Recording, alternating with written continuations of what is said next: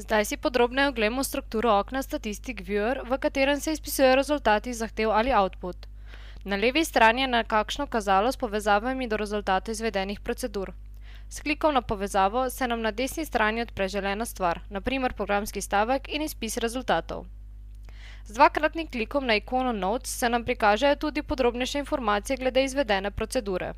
Vsebino tega okna, torej output, lahko urejamo tako, da dvakrat kliknemo na želeni del outputa, ki ga želimo urediti. Na primer, kliknemo na histogram. Nato se nam odpre dodatno pogovorno okno Chart Editor, kjer lahko na primer urejamo prikaz za histogram, barve, legendo. Prav tako lahko spremenimo število stolpcev z dvakratnim klikom na graf.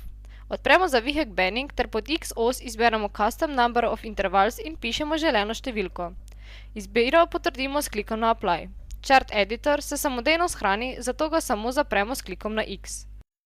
V outputu lahko urejamo tudi tabelo, tako da nanjo dvakrat kliknemo z levim klikom. Nato lahko urejamo posamezni tekst elementov te tabele. Posamezen element outputa izvozimo tako, da z desnim klikom kliknemo nanj in izberemo Copy. V tem primeru bo ostal v prvotni obliki in ga bo mogoče urejati. Nato ga prilepimo na želeno mesto, na primer v Word dokument.